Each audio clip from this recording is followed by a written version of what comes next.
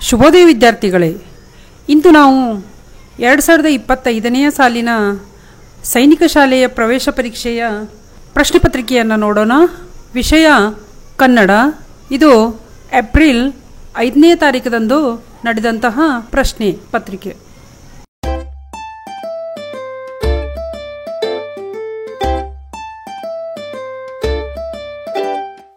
ಈಗ ನಾವು ಬಿಡಿಸ್ತಾ ಇರೋದು ಸಿರೀಸ್ ಡಿ ವಿಭಾಗದ್ದು. ಇಲ್ಲಿ ಭಾಷೆ ಮೊದಲಿಗಾಗಿ 1ರಿಂದ 25ರವರೆಗಿನ ಪ್ರಶ್ನೆಗಳನ್ನು ಕೊಡಲಾಗಿದೆ. ಇಲ್ಲಿ ಒಂದು ಪ್ರಶ್ನೆಗಳಿಗೆ 4 ಉತ್ತರಗಳನ್ನು ಕೊಡಲಾಗಿರ್ತದೆ. ಅದರೊಳಗೂ ಸರಿಯಾದ ಒಂದು ಉತ್ತರವನ್ನು ಆಯ್ಕೆ ಮಾಡಬೇಕಾಗ್ತದೆ. ಮೊದಲೇ ಪ್ರಶ್ನೆ ನೋಡೋಣ. ಇವರು ಭಾರತ ರತ್ನ ಪಡೆದ ಹೆಮ್ಮೆಯ ಕನ್ನಡಿಗರು. Option 1 Anil Kumble, 2 sir M Visvesvaraya, 3 Sudha Murty, 4 Girish Karnad. ಇಲ್ಲಿ ಸರಿಯಾದ ಉತ್ತರ option number 2 sir M Visvesvaraya. ಪ್ರಶ್ನೆ 2, ರಾಷ್ಟ್ರಕವಿ ಬಿರುದು ಪಡೆದ ಮೊದಲಿಗರು. ರಾಷ್ಟ್ರಕವಿ ಅಂಥೇಳಿ ಪಡೆದಂತಹ ಒಟ್ಟು ರಾಷ್ಟ್ರಕವಿಗಳು 3 ಜನ. ಅದರಾಗ ಮೊದಲೇದವರು ಯಾರು ಅಂಥೇಳಿ ಕೇಳಿದ್ದಾರೆ.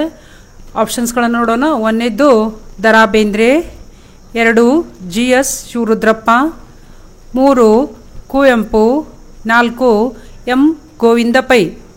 ಇದರಾಗ ಸರಿಯಾದ ಉತ್ತರ ಮೊದಲ ರಾಷ್ಟ್ರಕವಿಯಾದವರು M Govinda Pai, option number 4.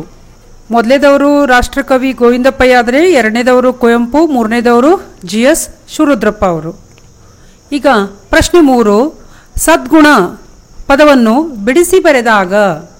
Options ನೋಡೋಣ.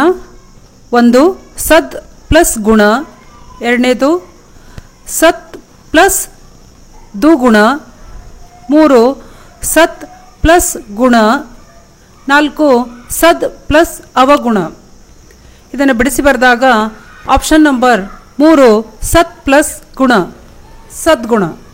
ಪ್ರಶ್ನೆ 4, ವರ್ಗೀಯ ವ್ಯಂಜನಗಳ 5ನೆಯ ಅಕ್ಷರವನ್ನು ಹೀಗೆಂದು ಕರೆಯುತ್ತಾರೆ. ಆಪ್ಷನ್ಸ್ 1 ಹೃಸ್ವಸ್ವರ, 2 ದೀರ್ಘಸ್ವರ, 3 ಮಹಾಪ್ರಾಣ, 4 ಅನುನಾಸಿಕ. ಇಲ್ಲಿ ಇದಕ್ಕೆ ಸರಿಯಾದ ಉತ್ತರ ಆಪ್ಷನ್ ನಂಬರ್ 4 ಅನುನಾಸಿಕ ಅಕ್ಷರಗಳು. 5 ವಿಭಾಗ ಮಾಡಲಾಗಿ ಮೊದಲೇದಾಗಿ ಬರುವಂಥದ್ದು ಅಲ್ಪಪ್ರಾಣ, 2 ಮಹಾಪ್ರಾಣ, 3 ಅಲ್ಪಪ್ರಾಣ, 4 ಮಹಾಪ್ರಾಣ, 5ನೇದಾಗಿ ಕೊನೆಯದಾಗಿ ಅನುನಾಸಿಕ ಅಕ್ಷರಗಳು ङ ಯ ಣ ನ ಮ. ಇವು ಅನುನಾಸಿಕ ಅಕ್ಷರಗಳು ಬರುವಂತಹದ್ದು. ಪ್ರಶ್ನೆ 5, ಈ ಕೆಳಗೆ ನೀಡಿರುವ ವಾಕ್ಯದಲ್ಲಿ ತಪ್ಪಾಗಿರುವ ಪದವನ್ನು ಗುರುತಿಸಿ. ಇಲ್ಲಿ ಆಪ್ಷನ್ಸ್ ಪ್ರಶ್ನೆಗಳನ್ನು ನೋಡಿದಾಗ ಗಮನವಿಟ್ಟು ನೋಡ್ರಿ. ಶ್ರೀರಾಮನು ದುಷ್ಟನಾದ ರಾವಣನನ್ನು ವಧಿಸಿದನು. ಇಲ್ಲಿ ತಪ್ಪಾದ ಶಬ್ದಗಳನ್ನು ಕೇಳರು. ಆಪ್ಷನ್ ನಂಬರ್ 1 ವಧಿಸಿದನು, 2 ದುಷ್ಟನಾದ, 3 ಶ್ರೀರಾಮನು, 4 ರಾವಣನನ್ನು. ಇಲ್ಲಿ ತಪ್ಪಾದ ಶಬ್ದ ಆಪ್ಷನ್ ನಂಬರ್ 2 ದುಷ್ಟನಾದ. ಪ್ರಶ್ನೆ 6, ಹೊಸಬನು ಪದದ ಸ್ತ್ರೀಲಿಂಗ ರೂಪ. ಆಪ್ಷನ್ಸ್ಗಳನ್ನು ನೋಡೋಣ. 1ನೇದು ಹೊಸಬಳು, 2ನೇದು ಹೊಸಬರು, 3 ಹೊಸತನ, 4 ಹೊಸಬಾಳು. ಇಲ್ಲಿ ಹೊಸಬನು ಇದನ್ನು ಸ್ತ್ರೀಲಿಂಗ ರೂಪದಾಗ ಮಾಡಿದಾಗ ಆಪ್ಷನ್ ನಂಬರ್ 1 ಹೊಸಬಳು. ಪ್ರಶ್ನೆ 7, ರಾಮನಾಥ ಎಂಬ ಅಂಕಿತನಾಮ ಇವರದು. ರಾಮನಾಥ ಎಂಬ ಅಂಕಿತನಾಮವನ್ನು ಹೊಂದಿದಂಥವರು ಯಾರು ಅಂತ ಕೇಳರು. ಈಗ ಆಪ್ಷನ್ಸ್ಗಳನ್ನು ನೋಡೋಣ. ಮೊದಲೇದಾಗಿ ಅಕ್ಕ ಮಹಾದೇವಿ, 2ನೇದು ಜೇಡರ ದಾಸಿಮಯ್ಯ, 3 ಚನ್ನಬಸವಣ್ಣ, 4 ಮಡಿವಾಳ ಮಾಚಯ್ಯ. ಇಲ್ಲಿ ಸರಿಯಾದ ಉತ್ತರ ಆಪ್ಷನ್ ನಂಬರ್ 2 ಜೇಡರ ದಾಸಿಮಯ್ಯ. ಪ್ರಶ್ನೆ 8, ಗುಂಪಿಗೆ ಸೇರದ ಪದವನ್ನು ಗುರುತಿಸಿ. ಆಪ್ಷನ್ಸ್ಗಳನ್ನು ನೋಡೋಣ. 1ನೇದು ಮಾಸ್ತಿ ವೆಂಕಟೇಶ್ ಅಯ್ಯಂಗಾರ್, 2 ವಿಕ್ರು ಗೋಕಾಕ್, 3 ಚಂದ್ರಶೇಖರ್ ಕಂಬಾರ್, 4 ಜಿ ಎಸ್ ಶಿವರುದ್ರಪ್ಪ. ಇವರೆಲ್ಲ ಕವಿಗಳು.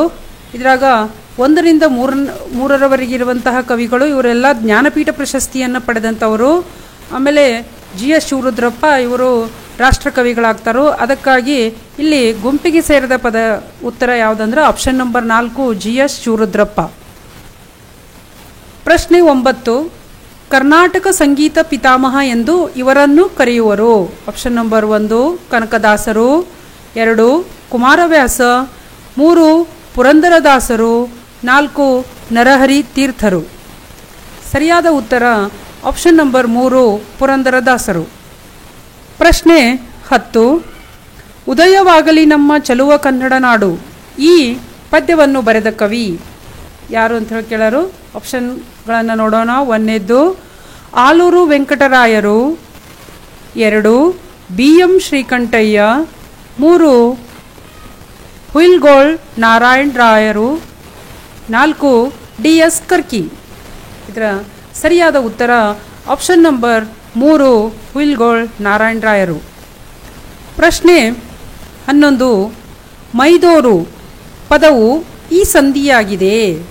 ಇದನ್ನು ಶಬ್ದವನ್ನು ಬಿಡಿಸಿದಾಗ ಮೈ ಪ್ಲಸ್ ತೋರು ಮೈ ದೋರು ತ ಜಾಗನ್ಯಾಗ ದ ಇದ್ದದ್ದ ಆದೇಶ ಆಗಿ ಬಂದಿರುವುದರಿಂದ ಇದು ಆದೇಶ ಸಂಧಿ ಆಗುತ್ತದೆ. Option number 1.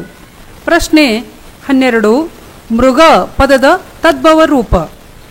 ಆಪ್ಷನ್ಸ್ಗಳನ್ನು ನೋಡೋಣ. 1ನೇದ್ದು ಮೊಗ, 2 ಮಿಗ, 3 ಮುಗ, 4 ಮಗ. ಸರಿಯಾದ ಉತ್ತರ ಆಪ್ಷನ್ ನಂಬರ್ 2 ಮಿಗ, ಮೃಗ ಮಿಗ. ಪ್ರಶ್ನೆ 13. ನೋಡು ಪದದ ಸಂಭವನಾರ್ಥಕ ರೂಪ. ಸಂಭವಾರ್ಥಕ ರೂಪವನ್ನು ಕೇಳರು ಕ್ರಿಯಾಪದದು. ಆಪ್ಷನ್ಸ್ಗಳನ್ನು ನೋಡೋಣ. ಮೊದಲೇದಾಗಿ ನೋಡಲಿ, 2 ನೋಡನು, 3 ನೋಡಿಯಾನು, 4 ನೋಡಬೇಡ. ಇಲ್ಲಿ ಸಂಭವಾರ್ಥಕ ಅಂದ್ರೆ ಸಂಶಯವನ್ನು ವ್ಯಕ್ತಪಡಿಸ್ತೀವಿ ನಾವು, ನಿಖರವಾಗಿ ಹೇಳಕ್ಕೆ ಬರೋಂಗಿಲ್ಲ. ಇಲ್ಲಿ ಇದು ಸರಿಯಾದ ಉತ್ತರ ಯಾವುದಾಗ್ತದೆ ಅಂದರೆ ಆಪ್ಷನ್ ನಂಬರ್ 3 ನೋಡಿಯಾನು. ಪ್ರಶ್ನೆ 14. ಅರು, ಅಂದಿರು, ಗಳು ಇವು ಏನಂತ ಕೇಳರು. ಆಪ್ಷನ್ ನೋಡೋಣ. 1ನೇದು ಬಹುವಚನ ಪ್ರತ್ಯಯಗಳು, 2 ಲಿಂಗ ಪ್ರತ್ಯಯಗಳು, 3 ವಿಭಕ್ತಿ ಪ್ರತ್ಯಯಗಳು, 4 ಕಾಲಸೂಚಕ ಪ್ರತ್ಯಯಗಳು. ಇವು ಯಾವುಗಳ ಪ್ರತ್ಯಯಗಳನ್ನು ಕೇಳರು. ಆದ್ದರಿಂದ ಆಪ್ಷನ್ ನಂಬರ್ 1 ಬಹುವಚನ ಪ್ರತ್ಯಯಗಳು. ಪ್ರಶ್ನೆ 15.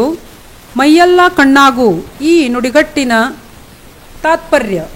ಆಪ್ಷನ್ಸ್ಗಳನ್ನು ನೋಡೋಣ. ಮೊದಲೇದಾಗಿ ಆಪ್ಷನ್ಸ್ 1 ದೇಹದಲ್ಲಿ ಎಲ್ಲ ಕಣ್ಣೆ, 2ನೇದು ತುಂಬ ಜಾಗರೂಕನಾಗಿರು, 3 ಅಸೂಯೆ ಪಡೆದಿರು, 4 ಕಣ್ಣು ನೋಡಿ ತಿಳಿ. ಈ ಮೈಯೆಲ್ಲ ಕಣ್ಣಾಗು ಪಡೆ ನುಡಿ ಅಥವಾ ನುಡಿಗಟ್ಟಿನ ಅರ್ಥ ಏನಾಗ್ತೈತೆ ಅಂದ್ರೆ ಆಪ್ಷನ್ ನಂಬರ್ 2 ತುಂಬ ಜಾಗರೂಕನಾಗಿರುವುದು. ಪ್ರಶ್ನೆ 16. ನಾರಿವಾಳ ಪದದ ಸಮಾನಾರ್ಥಕ ಪದವಿದು. ಆಪ್ಷನ್ಸ್ಗಳನ್ನು ನೋಡೋಣ. 1 ತೆಂಗು, 2 ಮಾವು, 3 ವಿಳ್ಯದೆಲೆ, 4 ಅಡಿಕೆ. ಇದರ ಸರಿಯಾದ ಉತ್ತರ ಆಪ್ಷನ್ ನಂಬರ್ 1 ತೆಂಗು. ಪ್ರಶ್ನೆ 17. ತೃತೀಯ ವಿಭಕ್ತಿಯ ಪ್ರತ್ಯಯದ ಕಾರಕಾರ್ಥ. ವಿಭಕ್ತಿಯ ಪ್ರತ್ಯಯಗಳಲ್ಲಿ ಬೇರೆ ಬೇರೆ ಅರ್ಥಗಳಲ್ಲಿ ಪ್ರಯೋಗವಾಗುತ್ತವೆ. ಇವುಗಳಿಗೆ ವಿಭಕ್ತಿ ಕಾರಕ ಅಂತ ಹೇಳಿ ಕರೀತಾರೆ. ವಿಭಕ್ತಿ ಕಾರಕಗಳು ಹಲವಾರು ಇದರೊಳಗೆ ಕೇಳಿದ್ದು. ಈಗ ನಮಗೆ ತೃತೀಯ ವಿಭಕ್ತಿಯ ಕಾರಕಾರ್ಥಗಳನ್ನು ಕೇಳ್ಯಾರು. ಆಪ್ಷನ್ಸ್ಗಳನ್ನು ನೋಡೋಣ.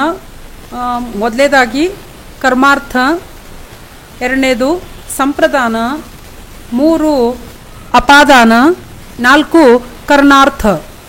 ಸರಿಯಾದ ಉತ್ತರ ಆಪ್ಷನ್ ನಂಬರ್ 4 ಕರ್ಣಾರ್ಥ. ಕರ್ಣಾರ್ಥಕಾರಕ ಅಂದ್ರೆ ಕೆಲಸವನ್ನು ಮಾಡುವಾಗ ಕರ್ತೃ ಯಾವುದನ್ನು ಮುಖ್ಯ ಸಾಧನವನ್ನಾಗಿ ಬಳಸುವನೋ ಅಥವಾ ಯಾವುದನ್ನು ಬಳಸ್ತಾನಲ್ಲ ಅದನ್ನು ಕರ್ಣಕ ಅಂತ ಹೇಳಿ ಕರೀತಾರೋ. ಅಂದರೆ ಈ ಪದವು ಕರ್ಣಾರ್ಥದಲ್ಲಿ ಇಂದ ಪ್ರತ್ಯಯ ಹೊಂದಿರ್ತೈತಿ. ಅಂದ್ರೆ ತೃತೀಯ ವಿಭಕ್ತಿಯ ಇಂದ ಪ್ರತ್ಯಯದಿಂದ ಸೇರಿರ್ತೈತಿ. ಉದಾಹರಣೆಗೆ ಹೇಳ್ಬೇಕಂದ್ರೆ ರಾಮನು ಲೇಖಣಿಯಿಂದ ಬರೆದನು. ಲೇಖಣಿ ಅನ್ನೋದು ಇದು ಕರ್ಣಾರ್ಥ ಅದರ ಸಹಾಯದಿಂದ ಬರೆದನು ಅನ್ನೋದನ್ನು ತಿಳಿಸ್ತೈತಿ. ಅದಕ್ಕೆ ಕರ್ಣಾರ್ಥ. Option number 4. ಪ್ರಶ್ನೆ 18. ಸಜ್ಜನ ಪದದ ವಿರುದ್ಧಾರ್ಥಕ ಪದವಿದು. Option number 1 ಮಜ್ಜನ, 2 Sujana, 3 ಸತಜನ, 4 ದುರ್ಜನ. ಸಜ್ಜನದ ವಿರುದ್ಧಾರ್ಥಕ ಪದ ಆಪ್ಷನ್ ನಂಬರ್ 4 ದುರ್ಜನ. ಪ್ರಶ್ನೆ 19. ತಾಯಿ ಕಲಿಸಿದ ಬುದ್ಧಿ ಡ್ಯಾಶ್ ಇದನ್ನು ಪೂರ್ಣಗೊಳಿಸ ಅಂತ ಹೇಳ್ಯಾರು. 1 ಮದುವೆಯ ತನಕ, 2 ಸಾಯುವ ತನಕ, 3 ಶಾಲೆಯ ತನಕ, 4 ಮನೆಯ ತನಕ. ಆದ್ದರಿಂದ ತಾಯಿ ಕಲಿಸಿದ ಬುದ್ಧಿ ಇದರ ಸರಿಯಾದ ಉತ್ತರ ಆಪ್ಷನ್ ನಂಬರ್ 2 ಸಾಯುವ ತನಕ. ಪ್ರಶ್ನೆ 20. ನೂಕು ನುಗ್ಗಲು ಈ ಪದವು ಇದು ಏನಂತ ಕೇಳ್ಯಾರ. ಆಪ್ಷನ್ ನಂಬರ್ 1 ಅವ್ಯಯ, 2 ಅನುಕರಣಾವ್ಯ, 3 ದಿರುಕ್ತಿ, 4 ಜೋಡಿ ನುಡಿ. ನೂಕು ನುಗ್ಗಲು ಅಂದ್ರೆ ಇನ್ನು ಸಂದರ್ಭದಾಗ ನೂಕು ನುಗ್ಗಲು ಆಯಿತು. ಜಾತ್ರೆಯ ಸಂದರ್ಭದಲ್ಲಿ ಹೆಚ್ಚು ಜನ ಸೇರಿದಾಗ ಅಲ್ಲಿ ನೂಕು ನುಗ್ಗಲು ಆಯಿತು ಅನ್ನುವಂಥ ಬಳಸ್ತೀವಿ ಶಬ್ದಗಳನ್ನು. ಅಂದರೆ ಇದು ಜೋಡಿ ನುಡಿಯನ್ನು ಹೇಳ್ತೈತಿ. ಆದ್ದರಿಂದ ಆಪ್ಷನ್ ನಂಬರ್ 4. ನೆಕ್ಸ್ಟ್ ಪ್ರಶ್ನೆಯನ್ನು ನೋಡೋಣ. ಈ ಕೆಳಗಿನ ಗದ್ಯ ಭಾಗವನ್ನು ಓದಿ 21ರಿಂದ 25ರವರೆಗಿನ ಪ್ರಶ್ನೆಗಳಿಗೆ ಉತ್ತರಿಸಿ. ಇಲ್ಲಿ ನಾವು ಈ ಗದ್ಯ ಭಾಗವನ್ನು ಗಮನವಿಟ್ಟು ಓದೋಣ. ಆಮೇಲೆ ಪ್ರಶ್ನೆಗಳನ್ನು ಬಿಡಿಸುತ್ತಾ ಹೋಗೋಣ. ಗದ್ಯ ಭಾಗವನ್ನು ಓದೋಣ. ಅವನು ಒಬ್ಬ ರೈತ. 1 ವರ್ಷ ಅವನು ನೆಲದಲ್ಲಿ ಬದನೆಕಾಯಿ ಬೆಳೆದುಕೊಂಡಿತ್ತು. ಆದರೆ ಆ ರೈತ ದುಃಖದಿಂದಲೇ ಕುಳಿತಿದ್ದ. ಯಾಕೆ ಚಿಂತೆಯಲ್ಲಿದ್ದೀಯಾ? ನಿನ್ನ ತೋಟದಲ್ಲಿ ಈ ಸಲ ಅದ್ಭುತ ಬೆಳೆ ಬಂದಿದೆಯಲ್ಲ ಎಂದು ಕೇಳಿದರೆ ಅದಕ್ಕೆ ಅವನು, ನಾನು ನನ್ನ ತೋಟದಲ್ಲಿ ಬೆಳೆಯೋ ಬದನೆಕಾಯಿಗಳಲ್ಲಿ ಕೆಟ್ಟು ಹೋದದ್ದನ್ನು ಸರಿಯಾಗಿ ಬೆಳೆಯದ್ದನ್ನು ಕಿತ್ತು ನನ್ನ ಹಂದಿಗಳಿಗೆ ಹಾಕುತ್ತಿದ್ದೆ. ಈ ಸಲ ಒಂದೂ ಬದನೆಕಾಯಿಯು ಕೆಟ್ಟಿಲ್ಲ. ಎಲ್ಲ ತುಂಬ ಚೆನ್ನಾಗಿ ಬಂದು ಬಿಟ್ಟಿದೆ. ಹೀಗಾದರೆ ನನ್ನ ಹಂದಿಗಳಿಗೆ ಏನು ತಾನೇ ಹಾಕಲಿ? ಇದು ನನಗೆ ಚಿಂತೆ ಆಗೋಗಿದೆ ಎಂದನಂತೆ. ತಿಳಿಯಾಗಿ ಹೇಳಬೇಕು ಎಂದರೆ ಸಂತೋಷ ಎನ್ನುವುದು ಒಂದು ಬೀಗದ ಹಾಗೆ, ಅರಿವು ಎನ್ನುವುದು ಬೀಗದ ಕೈ ಹಾಗೆ. ಅರಿವೆಯಿಂದ ಅರಿವೆಂಬ ಬೀಗದ ಕೈಯನ್ನು ಒಂದು ಕಡೆ ತಿರುವಿದರೆ ಅದು ಸಂತೋಷದ ಬೀಗವನ್ನು ಹಾಕಿ ಬಿಡುತ್ತದೆ. ಅದೇ ಬೀಗದ ಕೈಯನ್ನು ಸರಿಯಾದ ಕಡೆಗೆ ತಿರುವಿದರೆ ಸಂತೋಷದ ಬಾಗಿಲಿನ ಬೀಗ ತೆರೆದುಕೊಳ್ಳುತ್ತದೆ. ಇಲ್ಲಿ ಪ್ರಶ್ನೆಗಳನ್ನು ನೋಡೋಣ. ಪ್ರಶ್ನೆ 21. ಈ ಗದ್ಯ ಭಾಗದಲ್ಲಿ ಸಂತೋಷವನ್ನು ಇದಕ್ಕೆ ಹೋಲಿಸಲಾಗಿದೆ. ಈ ಗದ್ಯ ಭಾಗದಲ್ಲಿ ಸಂತೋಷ ಅನ್ನೋ ಪದಕ್ಕೆ ಯಾವುದಕ್ಕೆ ಹೋಲಿಸರು? ಇಲ್ಲಿ ಗದ್ಯ 2ನೇ ಪ್ಯಾರಾಗ್ರಾಫ್ದಾಗ ನೋಡ್ರಿ, ತಿಳಿಯುವ ಹಾಗೆ ಏನಂದರೆ ಸಂತೋಷ ಎನ್ನುವುದು ಒಂದು ಬೀಗದ ಹಾಗೆ. ಸಂತೋಷ ಎನ್ನುವುದು ಒಂದು ಬೀಗದ ಹಾಗೆ. ಇಲ್ಲಿ ಆಪ್ಷನ್ಸ್ಗಳನ್ನು ನೋಡ್ರಿ. 1 ಬದನೆಕಾಯಿ, 2ನೇದು ಬೀಗಕ್ಕೆ, 3ನೇದು ಬೀಗದ ಕೈಗೆ, 4 ಹಂದಿಗಳಿಗೆ. ಇಲ್ಲಿ ಸರಿಯಾದ ಉತ್ತರ ಆಪ್ಷನ್ ನಂಬರ್ 2 ಬೀಗಕ್ಕೆ. 2ನೇದು ಚೆನ್ನಾಗಿ ಬೆಳೆದ ಬದನೆಕಾಯಿಯನ್ನು ಕಂಡು ರೈತನಿಗೆ ಆದದ್ದು. ಏನಾಯ್ತು ಅವಂಗ? ಚೆನ್ನಾಗಿ ಬದನೆಕಾಯಿ ಬೆಳೆದತ್ತು ಹೊಲದಲ್ಲಿ. 1 ಸಂತೋಷ, 2 ಸಮಾಧಾನ, 3 ದುಃಖ, 4 ಉತ್ಸಾಹ. ಹಾಗಾದರೆ ಇಲ್ಲಿ ಅವನಿಗೆ ಆದದ್ದು, ಆ ರೈತನಿಗೆ ಆದದ್ದು ಆಪ್ಷನ್ ನಂಬರ್ 3 ದುಃಖ. 23. ರೈತನು ತನ್ನ ತೋಟದಲ್ಲಿ ಈ ತರಕಾರಿಯನ್ನು ಬೆಳೆಯುತ್ತಿದ್ದನು. ಆಪ್ಷನ್ ನಂಬರ್ 1 ಹೀರೆಕಾಯಿ, 2 ಕುಂಬಳಕಾಯಿ, 3 ಬದನೆಕಾಯಿ, 4 ಬೆಂಡೆಕಾಯಿ. ಆಪ್ಷನ್ ನಂಬರ್ 3 ಬದನೆಕಾಯಿ. ಪ್ರಶ್ನೆ 24. ರೈತನು ದುಃಖದಲ್ಲಿ ಕುಳಿತಿರಲು ಕಾರಣ: 1 ಬೆಳೆ ಹಾಳಾಯಿತೆಂದು, 2 ಮಳೆ ಬರಲಿಲ್ಲವೆಂದು, 3 ಬದನೆಕಾಯಿ ಕೆಟ್ಟಿದೆ ಎಂದು, 4 ಬದನೆಕಾಯಿ ಕೆಟ್ಟಿಲ್ಲ ಎಂದು. ರೈತನಿಗೆ ದುಃಖಕ್ಕೆ ಕಾರಣವಾದದ್ದು ಆಪ್ಷನ್ ನಂಬರ್ 4 ಬದನೆಕಾಯಿ ಕೆಟ್ಟಿಲ್ಲ ಎಂದು. ಪ್ರಶ್ನೆ 25 ಕೊನೆಯ ಪ್ರಶ್ನೆ.